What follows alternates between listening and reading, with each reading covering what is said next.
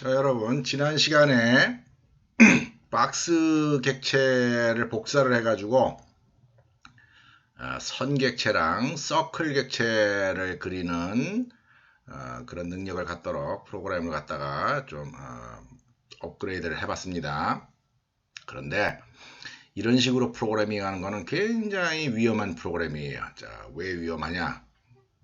일단 코드 중복이 너무 많이 나옵니다. 여기서부터 여기까지 코드랑 여기서 여기까지 코드랑 뭐 여기 덩어리가 비슷하죠, 그죠? 그러다 보니까 지금 박스랑 라인이랑 서클만 그리고 있지만은 뭐 차후에 이제 뭐 이 그림 객체 우리가 예를 들어서 그림판 같은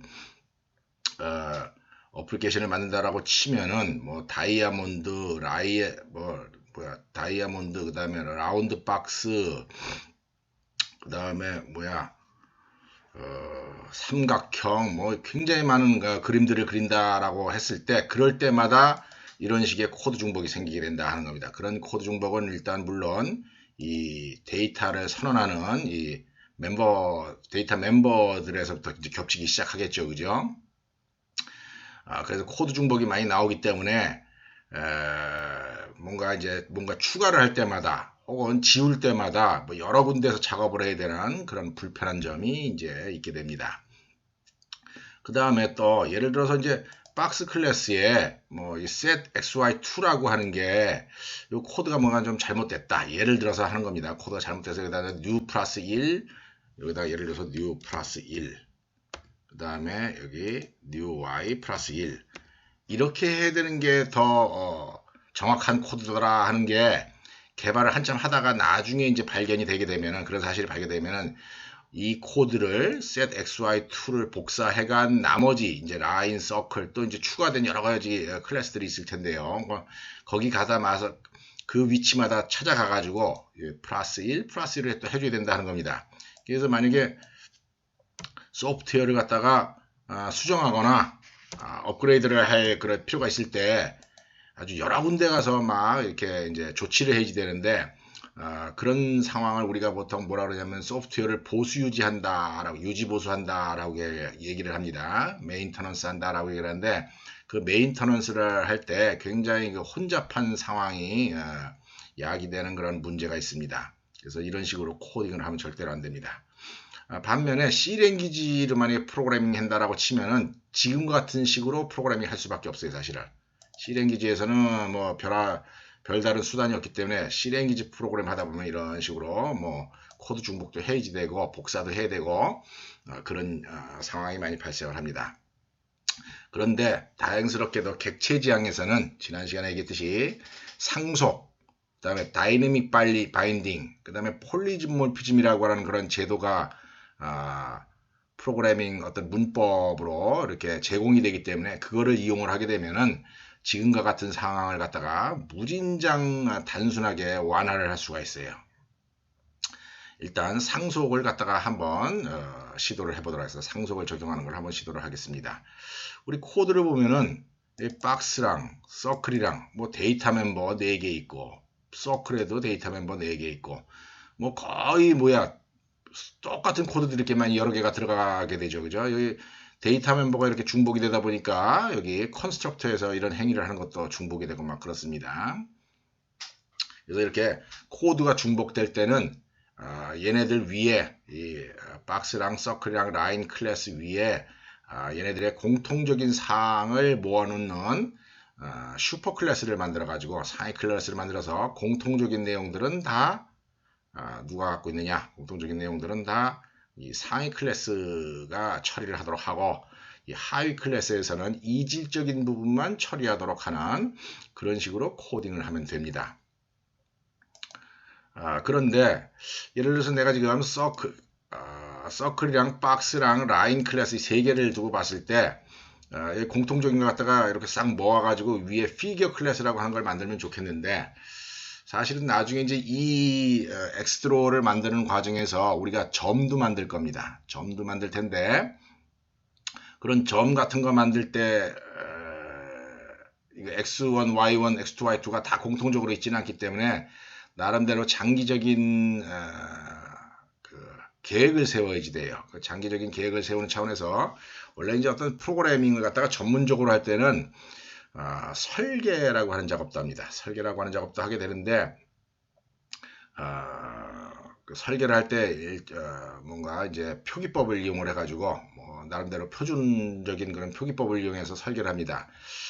객체지향 프로그래밍을 할 때 사용되는 설계 표기법이 UML이라고 하는 게 있어요. UML, Unified Modeling Language라고 하는 게 있는데 이제 그 얘기를 너무 자세하게 하다 보면 또 새끼를 빠지니까 우리 그냥 내가 한번 그냥 보여주도록 하겠습니다.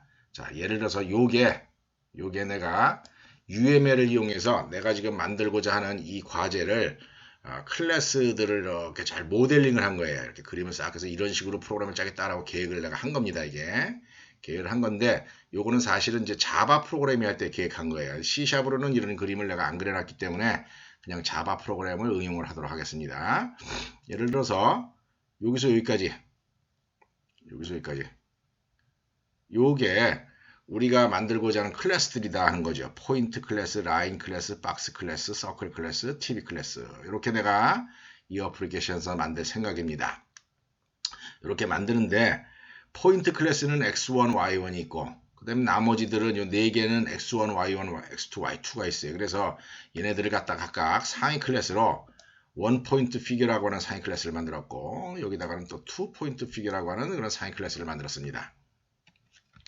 그래가지고 요거랑 또 겹치는 이 위에다가 또 피규어 클래스라고 하는 걸 이렇게 만들었다는 거죠. 그래서 오늘은 요 계통으로 피규어 클래스, 투 포인트 피규어, 라인, 박스, 서클 클래스가 상속 트리로 존재할 수 있도록 그렇게 한번 코드를 수정하는 과정을 한번 거쳐보도록 하겠습니다. 자, 피규어 클래스 한번 만들어 보겠습니다.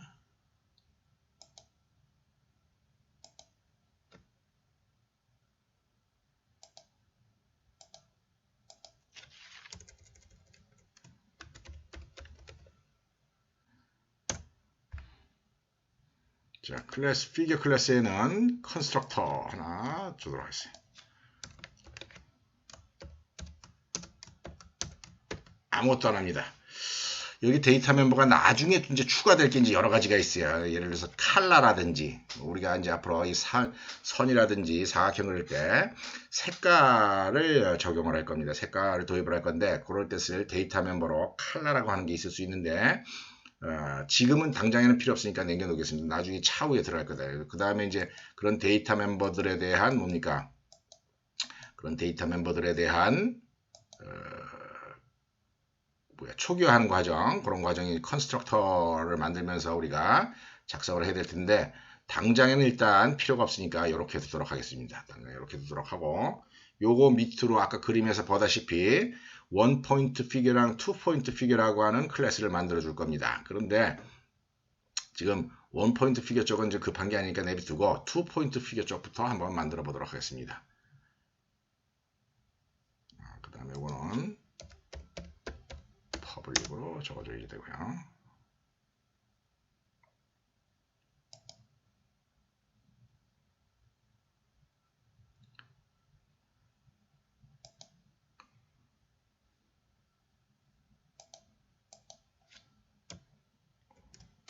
투 포인트 피규어라고 하는 클래스를 한번 만들어 보도록.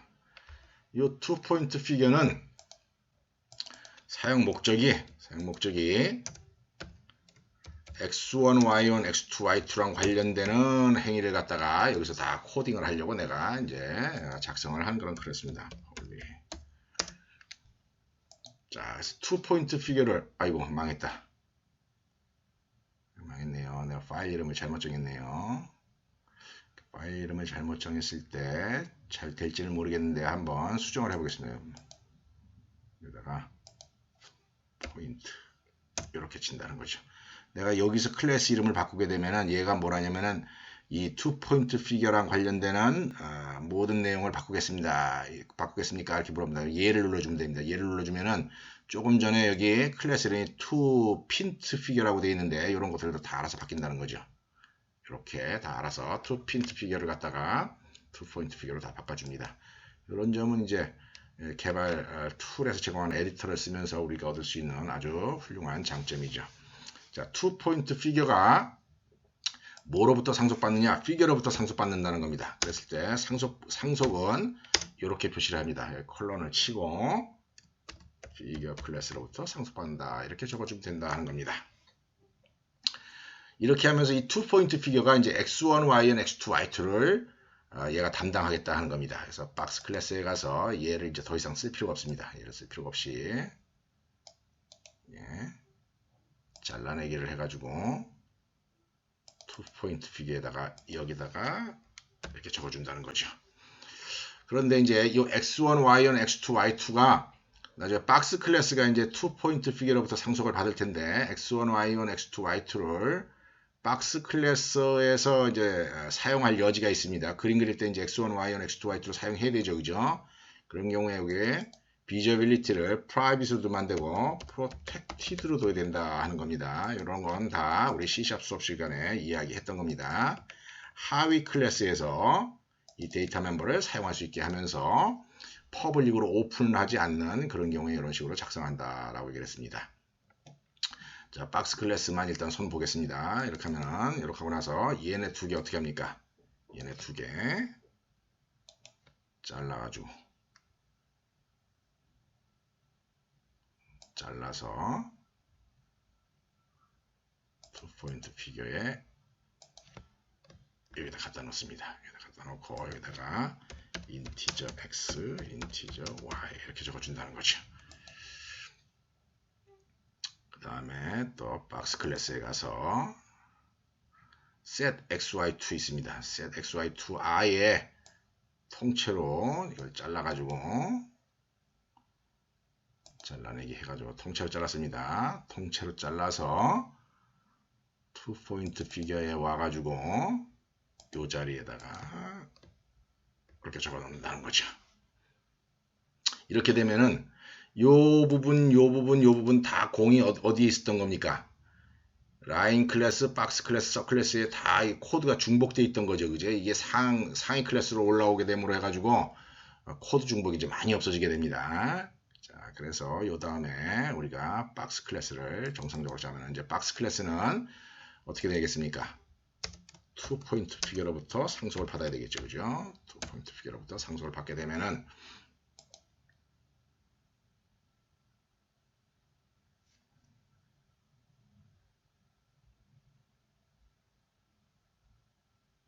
2포인트 피규어를 상속을 받아가지고서 이렇게 만들어주는데 요 박스 클래스의 컨스트럭터에서 뭘 해야 됩니까? 초기화를 시켜야 됩니다. 초기화를 시킬 때 상위 클래스에 있는 2포인트 피규어의 컨스트럭터를 갖다가 이용해서 초기화를 시켜야 되는데 그럴 때 쓰는 표기법이 신텍스가 이렇게 하는 겁니다. 여기다가 베이스라고 쳐주고 x, y 이렇게 쳐주면 됩니다. 자바에서는 슈퍼라고 하는 말을 써가지고 상위 클래스를 언급하는 데 반해서 여기 C샵에서는 베이스 클래스라고 하는 의미로 이제 상위 클래스를 베이스 클래스라고 얘기를 하기 때문에 상위 클래스의 컨스트럭터를 이렇게 호출한다는 거죠. 코드가 굉장히 깔끔해졌죠. 그죠? 아까보다 지저분한 게 많이 없어졌습니다. 이 코드가 많이 깔끔해진 게 이 박스 클래스 뿐만이 아니다 하는 거죠. 박스 클래스 뿐만이 아니라 어디다 이게 똑같은 조치를 할 수 있다는 겁니까?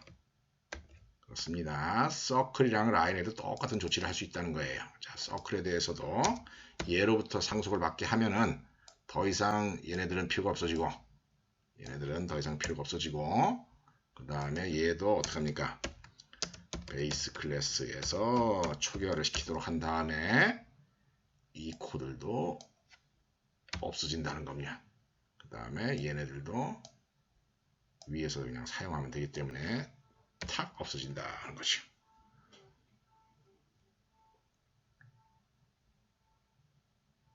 자, 박스 클래스랑 서클 클래스 비교해 봅시다.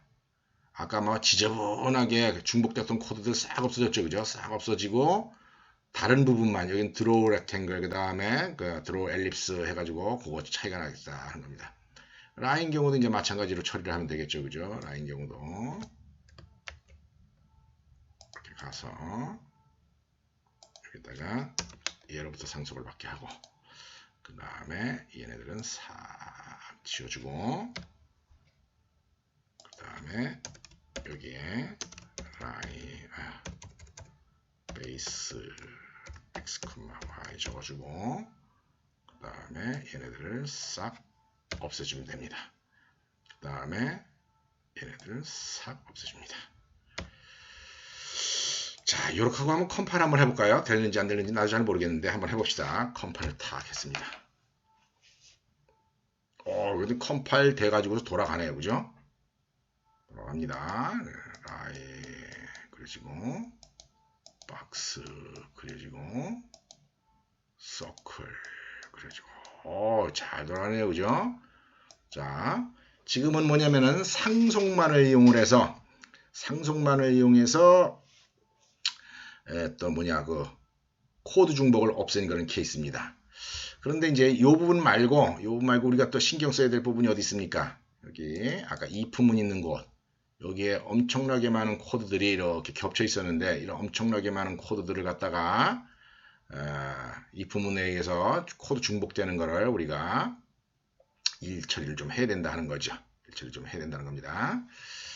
자, 이 와중에 이런 일 처리를 하기 위해서 어떤 개념이 필요하냐면은 다이내믹 바인딩이라고 하는 그런 개념이 필요합니다. 자, 다이내믹 바인딩은 객체가 실행 시에 어떤 레퍼런스가 무엇인가를 가리키느냐에 따라 가지고 알아서 호출되는 그런 제도입니다. 자, 다이내믹 바인딩을 이용을 하게 되면은,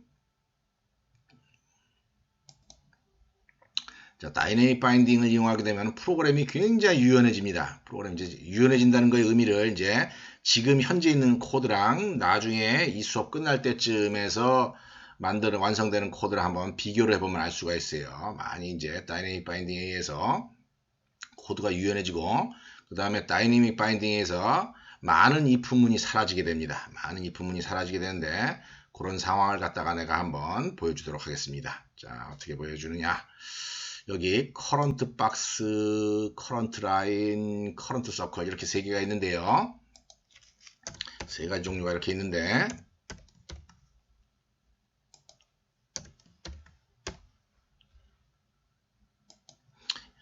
이걸 이제 앞으로 이렇게 해석하는 겁니다. 박스건 라인이든 서클이든 간에, 자, 우리가 요것도 이제 폴리몰피즘이라고 하는 그런 마음가짐이 필요합니다. 여기 보면은 라인이건 박스건 서클이건 간에 얘네들 공통으로 다 뭐로 이해를 하냐면 그림으로 이해를 하는 겁니다. 선도 그림이죠. 그 다음에 박스도 그림이죠. 서클도 그림이죠. 그죠? 원래는 구체적으로 봤을 때는 서로 다른 거지만은 이 서로 다른 라인, 박스, 서클이라고 하는 거를 똑같은 그림으로 이해를 한다는 겁니다. 그림으로 이해를 하게 되면은 일처리가 아주 쉬워지게 됩니다. 그런 걸 폴리몰피즘이다. 서로 다른 객체지만은 상속상에서 서로 구체적으로는 다른 객체지만은 최상위 클래스의 같은 객체로 이해를 하는 거예요. 자, 그래서 내가 이제 변수를 하나 도입할 때 데이터 멤버를 하나, 앞으로는 피겨 해가지고 current figure라고 하는 그런 데이터 멤버를 하나 만들겠다고 하는 겁니다. current figure.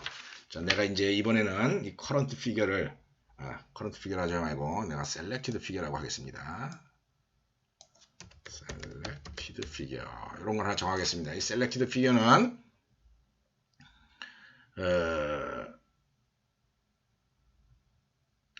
얘나 얘인 경우를 대표하는 거예요. 뭐 서클이든 박스건 라인이건 간에 그냥 그림으로 이해를 하겠다는 거죠. 그림으로 이해하겠다 하는 거고, 그림으로 이해하겠다는 겁니다. 요것만 일단 한번 제가 selected figure 해가지고 하고, 그 다음에 이제 요 박스의 대형, 요거의 대형도 같이 필요합니다. 요거 이제 컬렉션, 요거에 대한 이야기를 이제 잠시 하겠습니다. 우리가 프로그래밍 하다 보면은 특히 객체 지향 프로그래밍에서 어떤 존재가 필요하냐면은 컬렉션 객체라고 하는 게 필요합니다. 컬렉션 객체다라고 하는 게 필요한데, 이 컬렉션 객체는 의미가 뭐냐? 논리적으로 여러 개의 객체를 담는 그릇을 얘기합니다. 어떤 컨테이너다라고 하는 말을 쓰기도 하는데 어떤 통에다가 여러 개의 객체를 담는 거예요. 우리 이 화면에서 이렇게 그려져야 될 사각형, 삼각형, 라인 이런 것들을 배열에다 이렇게 집어넣어 놨죠. 그죠? 그 배열 같은 걸 우리가 컬렉션 객체다라고 얘기를 합니다. 그러니까 제일 가장 간단한 컬렉션 객체가 어레이의 사실 배열인데 배열의 문제점은 내가 이제 작년에 2학년 2학기 때 수업을 하면서 많이 언급을 했었을 겁니다. 배열의 문제점 뭐가 있었습니까? 배열의 크기가 픽스되어 있어야 된다라고 그랬죠. 그죠? 배열의 크기가 픽스되어 있기 때문에 오버플로우가 발생할 여지도 있고 그 다음에 기억 장소가 낭비될 여지도 있습니다. 그 다음에 또 배열인 경우에는 내가 배열에 들어가 있는 논리적인 데이터의 개수가 몇 개인가 하는 걸 갖다가 쭉 기록을 해야지 돼요. 그래서 우리가 프로그램 짜면서 그 앞에서 n 박스, n 라인스 이런 거 써놓은 게 다 개수를 지정하는 겁니다. 그래서 초보자들은 여러 개의 객체를 담기 위해서 배열을 쓰는데 좀 프로그래밍을 갖다가 많이 하던 사람들은 그거 외의 나머지 컬렉션 객체를 씁니다. 나머지 컬렉션 객체를 쓰는데 우리가 스택, Q도 일종의 컬렉션 객체입니다. 여기도 뭐 여러 개를 모아놓고 있습니다. 얘네 두 개의 컬렉션 객체는 뭡니까? 집어넣고 빼는 방법이 좀 특이하기 때문에 컬렉션 객체고, 이무를 집어넣고 이무의 위치에 이무의 데이터를 막무가내로 집어넣기 위해서는 요 어레이 리스트나 소티드 리스트, 해시 테이블을 주로 씁니다. 컬렉션 객체를. 그래서 주로 이제 옛날 버전의 C샵에서는 어레이 리스트를 좀 많이 써라라고 이렇게 권고를 하고 있습니다. 그런데 이런 컬렉션 객체에 들어가는 내용물이 객체 자체가 들어가는 게 아니라 객체를 가리키는 레퍼런스들이 들어가는 겁니다. 레퍼런스들, 포인터 값들이 쭉 들어가는 거예요. 레퍼런스들이 들어가는데 문제는 뭐냐면은 C샵에서 초창기에 만들었던 이런 모든 컬렉션 객체들은 그 레퍼런스의 타입을 갖다가 오브젝트 타입으로 가정을 하고 집어넣습니다.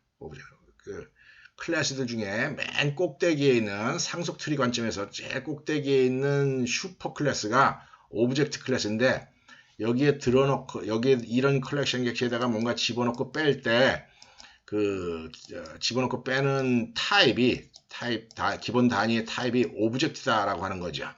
그래서 이 오브젝트를 집어넣고 빼려면은 무슨 문제가 생기느냐? 집어넣거나 뺄 때 타입 캐스팅을 해야 되는 그런 문제가 발생을 합니다. 타입 캐스팅을 해야 되는 문제가 발생을 하고 그런 문제를 갖다 해결하기 위해서 보통 이제 자바에서는 제네릭 클래스라고 하는 걸 이제 일반적으로 많이 쓰는데 C샵에서는 이제 얘네들에 대한 대용으로 리스트라고 하는 이름의 클래스를 하나 만들었는데 제네릭 클래스를 만들었습니다. 이 제네릭 클래스는 이 타입을 반드시 오브젝트로 할 필요 없이 내가 원하는 타입으로 이렇게 명시를 할 수 있게 하는 그런 컬렉션 객체입니다. 그래서 이 제네릭 클래스를 쓸 경우에는 타입 캐스팅을 할 필요가 없어요. 타입 캐스팅을 할 필요 없고 그래서 차후에 여러분들 뭔가 컬렉션 객체가 필요해가지고 뭐 데이터를 여러 개 담을 일이 있으면은 요 리스트를 쓰는 것이 좋다 하는 겁니다. 요 리스트가 링크드 리스트일 거라고 하는 가정은 할 필요가 없습니다. 그냥 여러분들 그냥 논리적으로 봤을 때 뭔가 일렬로 들어가 있다라고 하는 의미지 링크드 리스트를 얘기하는 건 아닙니다. 일렬로 들어가 있다. 이제 어레이나 어레이 리스트 같은 그런 개념으로 여러분이 이해를 하고 아무데나 집어넣고 아무데서나 이제 뺄 수 있는 그런 클래스다라고 하는 점을 기억하기 바랍니다. 자, 그래서 우리가 여기다가 어떻게 하느냐? 요 두 개는 컬렉션 객체를 운용하기 위해서 필요한 거였죠, 그죠? 이거를 갖다가 일괄적으로 이렇게 만들어 줍니다. 리스트 피겨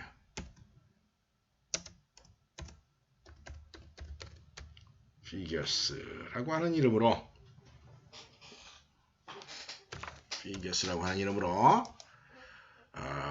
피겨 우리 읽을 때 피겨 리스트라고 읽으면 되는 거죠. 피겨 리스트의 컬렉션 객체를 만들었다 하는 거죠. 근데 요거는 여러분들 누차 얘기하면 레퍼런스일 뿐입니다. 레퍼런스일 뿐이기 때문에 얘를 갖다가 인스턴시에이션을 해줘야 됩니다. 여기다가 이제 바로 해줘도 되지만은 여기다 해주는 게 나는 내 버릇입니다. 여기 이제 컨스트럭터에서 selected figure는 new list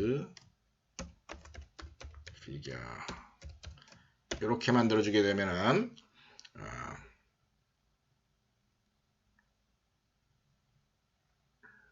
잠깐. 자, 여기 신텍스를 하는데 요거 이제 새로운 클래스 사용하려고 썼으니까 유징을 이용해서 네임스페이스를 갖다가 이제 도입을 해야 됩니다. 유징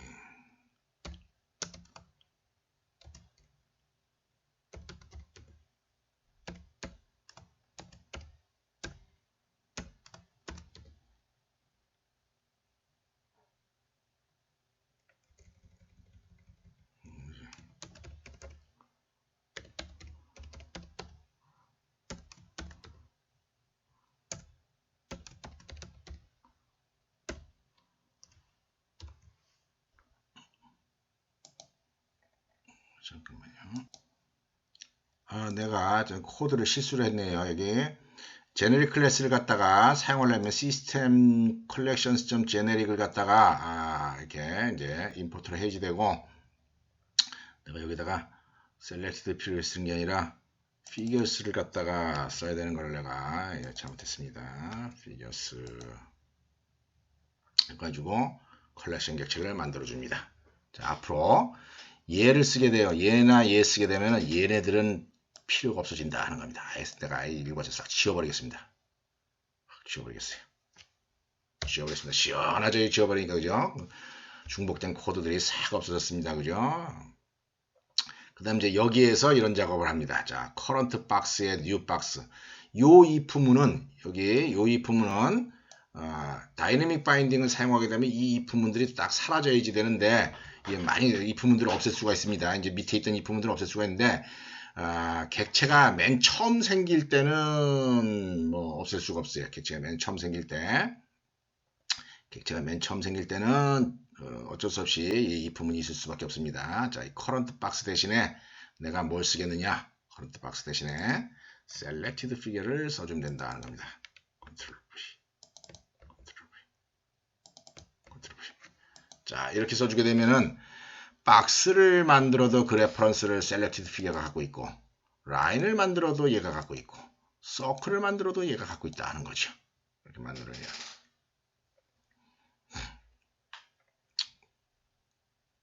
자, 이런 경우에 박스, 얘 객체는 박스 클래스인데, 얘 타입은 뭡니까? 피겨 클래스죠, 그죠? 이거 하위 클래스에 있는 객체를 상위 클래스인 것처럼 해석하는 거, 박스를 그림인 것처럼 해석하는 행위를 뭐라 그러냐면은 타입 캐스팅 중에 업캐스팅이다 라고 얘기를 합니다. 업캐스팅은 타입캐스팅이죠. 업캐스팅은 합법적입니다. 아무 문제가 없습니다. 그래서 우리가 신경을 안 써도 됩니다. 그냥 자연스럽게 쓰면 됩니다. 그 다음에 요 두 개의 줄은 뭡니까? 요 두 개의 줄이 하는 일은 뭐냐면 방금 만든 객체를 갖다가 이 컬렉션 객체에다가 이제 집어넣는 행위죠. 그죠? 집어넣는 행위다 보니까 요거 대신에 우리가 뭐라고 치면 되냐면은 figures.add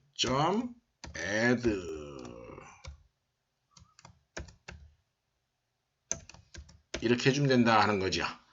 이 컬렉션 객체에다가 뭔가 새로운 객체 집어넣는 행위 add라고 하는 함수를 쓰면 됩니다. 그래서 이렇게 추가가 됩니다. 그러니까 이렇게 해주게 되면 이 두 줄은 이제 더 이상 필요가 없다는 거죠. 이 두 줄 필요 없습니다. 이 두 줄 대신에 요거 한 줄이 들어가주면 된다 하는 겁니다. 요거 한 줄이 요거 두 줄 대신에 들어가주고 요거 두 줄 대신에 들어가주고. 자, 어떻습니까? 점점 깔끔해지는 게 느껴집니다. 이건 selected figure로 이제 공통적으로 사용한다는 거죠. 자, canvas move up인 경우에, 자, 아까 같은 경우에는 얘냐에 따라 가지고 다 달리 일처리를 했는데, 얘 여기다가 이렇게 안 하고, selected figure가 null이 아니면, selected figure를 드로우를 해라. 이렇게 해서 된다는 거죠. selected figure가 들어와.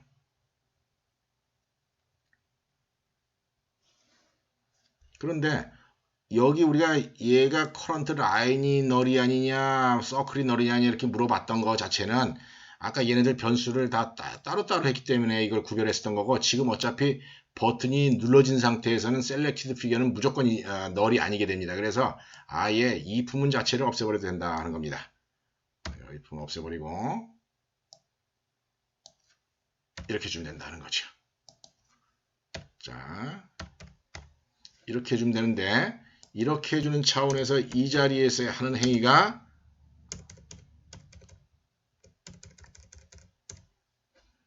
이 자리에서 우리가 필요한 행위가 다이내믹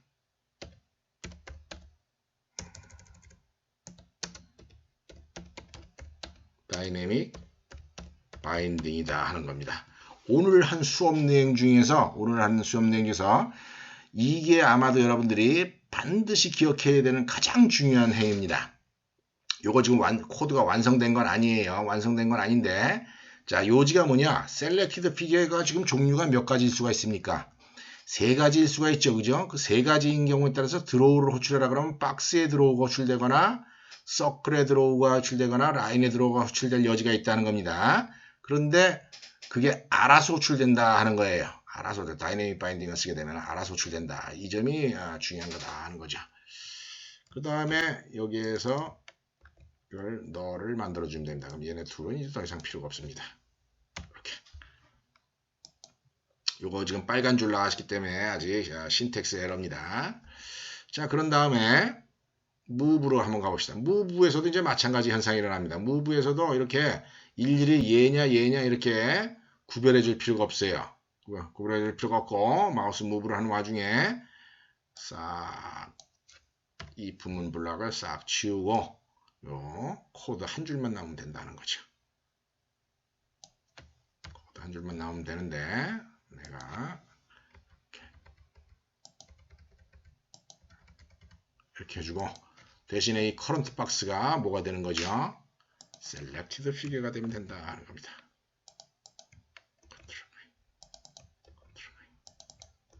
자, 이렇게 합니다.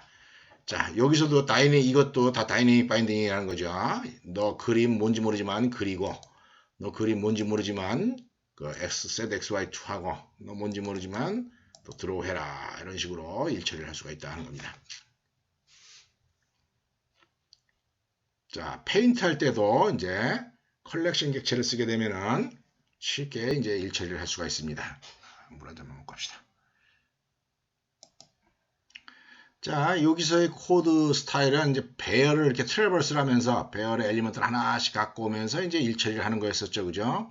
그런데 자바에서는 특히 리스트 객체인 경우에 for each라고 하는 이제 그 객체 형에서 이제 반복문 중에 새로 만들어진 신텍스입니다. 그걸 이용해서 이제 트래버스 하는 그런 걸 갖다가 권고를 하고 있습니다. 원래는 이제 이뉴머레이션 객체라고 하는 거를 받아와 가지고 이뉴머레이션 객체에 대해서 이제 하나씩 트래버스 하는 그런 방법도 있긴 한데 훨씬 이제 관습적으로 쉽게 사용할 수 있도록 이런 걸 만들었다는 거죠. 이런 문법을 새로 만들었다는 거죠. for each라고 하는 문법이 있습니다. 쓰는 방법이 비슷합니다. 이렇게 for each. 자, 어떻게 하느냐면 요지가 뭐냐면은 리스트 객체가 일종의 집합이라고 보고 집합에 있는 모든 원소를 갖다가 다 액세스를 해라 라고 하는 차원에서 사용하는 그런 이제 새로 생긴 문법입니다. 자, 어떻게 하느냐면은 자, 링크드 리스트에 뭐가 들어가면 피규어가 들어가 있습니다. 피규어.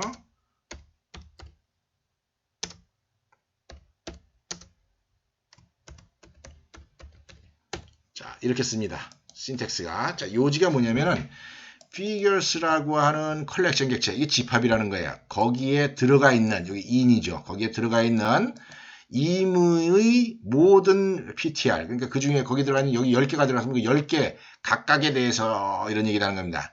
그랬을 때 여기에 들어가 있는 이 레퍼런스는 당연히 타입이 뭡니까? figures가 피규어의 리스트 객체니까 당연히 타입이 피규어 아니겠습니까? 그래서 이렇게 해가지고 이 자리에다가 이렇게 써주면 된다. 그러고 나서 어떻게 하냐면은 ptr.draw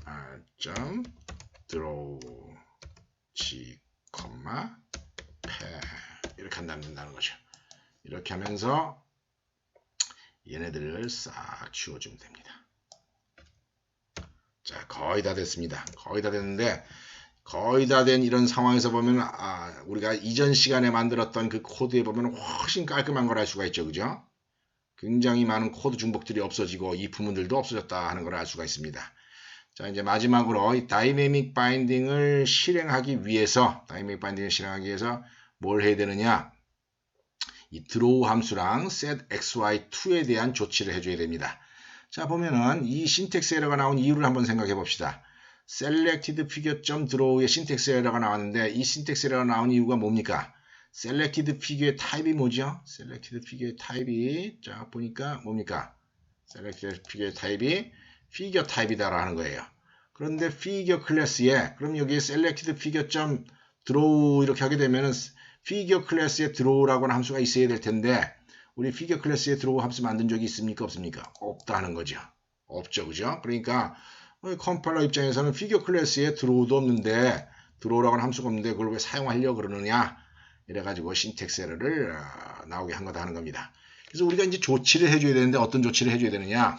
조치를 해줘야 되는데 figure 클래스에다 draw 함수를 만들어주면 됩니다. 근데 figure 클래스 그림이라고 하는 게 존재합니까? 그림이라고 하는 건 존재하지는 않아요. 그림이라고 하는 클래스가 생긴 이유는 사각형이랑 선이랑 원 클래스의 공통적인 거를 묶다가 보니까 피겨 클래스가 만들어진 겁니다. 그러다 보니까 어쩔 수 없이 피겨 클래스를 만들었는데 이 함수는 실체가 없는 함수라는 거죠. 그래서 이제 아주 특이한 이제 행동 양식을 이제 우리가 프로그래밍에서 이제 사용을 합니다. 잠시 물 한잔 먹고 갑시다. 목마르네. 자, 그래서 피겨 클래스에 draw 함수를 적어줘야 되는데 그 시그니처는 요거랑 시그니처가 똑같아야지 됩니다. 똑같아요. 복사를 하겠습니다. 이거 박스랑 서클이랑 라인에 있는 draw 함수 요 시그니처랑 똑같은 거를 여기 피겨 클래스에 가서 이렇게 적어준다는 거죠. 그런데 문제는 뭐냐면은 이 피겨 클래스에 있는 이 draw 함수가 해야 될 일이 하나도 없다는 거예요. 해야 될 일 하나도 없습니다. 데이터도 없는데 무슨 일을 할 게 있습니까? 그래서 이런 상황이 발생하는데 이런 경우에 할 일이 없는 함수, 할 일이 없는데 필요는 합니다. 왜냐하면 컴파일을 하기 위해서는 필요해요. 컴파일을 하기 위해서는 필요한데 할 일은 없는 함수. 이런 경우에는 여기다 세미콜론을 탁 쳐줍니다. 그냥 바로. 함수 바디를 안 만들어주고 여기다가 세미콜론을 쳐주는 대신에 이 앞자리에다 보시면 abstract다라고 하는 모디파이어를 하나 적어줍니다. 이런 글자들을 갖다가 우리가 이런 단어를 모디파이어다라고 얘기를 합니다. 이게 퍼블릭드 모디파이어고 이것도 모디파이어입니다. 이 함수의 특성을 이야기를 해주는 거다 하는 거죠. 이 그래픽스의 펜 신텍스에 나왔던 얘기는 유징을 안 해서 그런 거죠. 유징 시스템.드로잉 시스템.드로잉 자, 그런데 또 이런 제도가 있습니다. 만약에 어떤 클래스가 요거 추상함수다라고 얘기합니다. 추상함수를 포함하고 있는 경우에는 그 클래스도 반드시 추상함수여야 된다라고 하는 그런 제약이 있어요. 그런 일종의 문법상의 제약이 있습니다. 그래서 여기다 반드시 abstract다라고 이렇게 써줘야 됩니다. 자, 클래스도 abstract 펑션이 있는 거기 때문에 이렇게 써야 된다는 거죠. 그런 다음에 우리가 박스 클래스에 이 함수 시그니처를 좀 손을 봐줘야 됩니다. 자, 어떻게 봐줘야 되냐면은 virtual override라고 이렇게 적어줘야 됩니다. 요거 다이내믹 바인딩 하기 위한 일종의 그 제약 조건입니다. 할 수 없습니다. 그냥 이렇게 하라면 여러분들 쓸 수밖에 없습니다. 그런데 벌처는 이제 안 써도 되네. 참 저기 위에 abstract 클래스를 갖다가 override라고 하는 걸 써줘야지 그 상위 클래스에 있는 그 피겨 클래스에 있는 draw에 대한 이제 똑같은 사용법이다라고 하는 걸 이렇게 명시하는 게 되는 거다 하는 겁니다. 자, 이렇게 해가지고 여기다 오버라이드 써줘야지 되고 그 다음에 서클에 가서도 여기다가 오버라이드라고 이렇게 써줘야 됩니다. 그 다음에 라인에 가서도 여기다가 이렇게 오버라이드라고 이렇게 써줘야 된다는 거죠. 이렇게 해가지고서 코드를 가서 들여다보면은 아까 어디 뭐 있었습니까? 여기 드로우마다 신텍스 에러가 있었죠, 그죠? 그 드로우마다 신텍스 에러가 있었는데 이제 그 드로우들 신텍스 에러들이 다 없어졌다 하는 겁니다. 자, 드로우에 대한 조치를 했듯이 이번엔 또 뭘 하면 되겠습니까? set xy2에 대해서 똑같은 짓을 하면 된다 하는 거죠, 그죠? 드로우랑 똑같은 조치를 해주면 됩니다. 자, 그래서 이번에는 2포인트 피겨로 가보겠습니다. 2포인트 피겨로 가서 set xy2 함수 시그니처를 이렇게 복사를 해서 피겨 클래스로 간 다음에 여기에서 이렇게 적어주고 세미콜론 쳐주고 이 자리에다가 abstract다 라고 적어주자는 거죠. 이렇게 abstract라고 적어줘야 됩니다.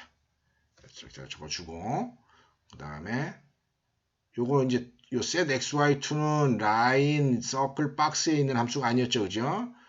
2포인트 피겨에 있었던 함수입니다. 여기에다가 가가지고 오버라이드라고 이렇게 적어야 돼요. 여러분들 이 오버라이드를 안 적어주게 되면은 컴파일 할 때 약간 뭐라 이제 메시지가 나오고 내가 원하는 방식으로 작동을 안 합니다. 그래서 주의해야 되는 거예요. 오버라이드 꼭 써줘야 됩니다. 다이내믹 바인딩 하면서 이렇게 하면 거의 다 됐네요. 해가지고 실행해 보겠습니다. 실행을 하면은 아이고 오류가 발생했네. 자, 오류가 뭐가 있는가 한번 봅시다.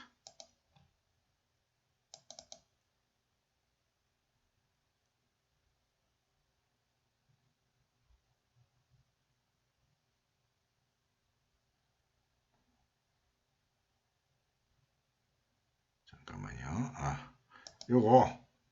요것도 abstract 펑션으로 abstract 클래스로 만들어줘야 됩니다. abstract.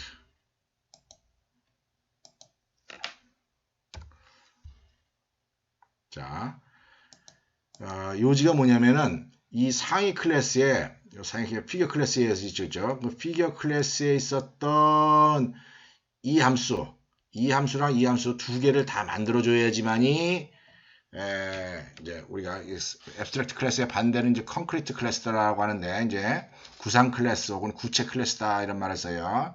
그 구체 클래스가 되는데 만약에 요 함수 두 개를 밑에서 요거로 상속받은 클래스가 이걸 구현을 안 해준 경우에는 이게 추상 클래스다라고 이렇게 적어줘야 됩니다. 이 추상 클래스는 인스턴시에이션 할 수 없는 그런 클래스를 이야기를 합니다. 자, 여기 맥스가 해당되면 사용이 안 됩니다. 우리 아까 배열을 쓸 때는 이게 맥스가 필요한데 이제 이거 필요 없어지는 거죠, 그죠? 지워버리고 그래서 탁 실행을 시키면 아이고 끝내기. 자, 이제 사용법이 문제가 됩니다. 피겨 클래스에 박스 눌러주고 이렇게 그려줘야 됩니다. 지금은 이게 뭐야? 맨 처음에 뭘 그릴까가 명시가 안 된 상태에서 그림을 그리게 되면 중간에 selected figure가 널인 상태에서 이제 뭐 일처리가 이루어지는 그런 불상사가 발생합니다. 그래서 요거는 사용할 때 처음에 주의를 하든지 아니면은 디폴트로 어떻게 하냐면은 what to draw를 0으로 놓지 말고 what to draw 0일 때 어떻게 됩니까? 버튼 누르게 되면 이게 0에 해당하는 게 없지 않습니까? 그죠? 0이 해당하는 게 없고 막 이상한 이제 막 코드가 꼬여버리니까 아예 여기 초반기에다가 이렇게 select what to draw고 아무것도 없을 때는 draw box 이렇게 적어주게 되면은 그냥 선택을 안 한 상태에서 맨 처음에 이렇게 그렸을 때 사각형을 그리면서 이제 일처리가 되게 됩니다. 그 다음에 이 코드에서 한 가지 마지막으로 선볼 내용은 사실 여기 그림 그리고 난 다음에 계속 add 하고 있는데 이제 내가 나중에 이제 그림을 무브할 때도 대비를 해가지고 여기 컬렉션 객체에다가 그림을 add 하는 거는 이제 앞에다 안 하고 맨 마지막에 하는 게 더 좋습니다. 맨 마지막에 이렇게 피겨스에다가 이제 버튼 눌렀을 때 새로운 그림이 컬렉션 객체에 들어가는 게 아니라 버튼 띄었을 때 다 완성이 됐을 때 이렇게 집어넣는 것이 더 합리적이다 하는 거죠. 그래서 얘도 지워버리고 얘도 지워버리겠습니다.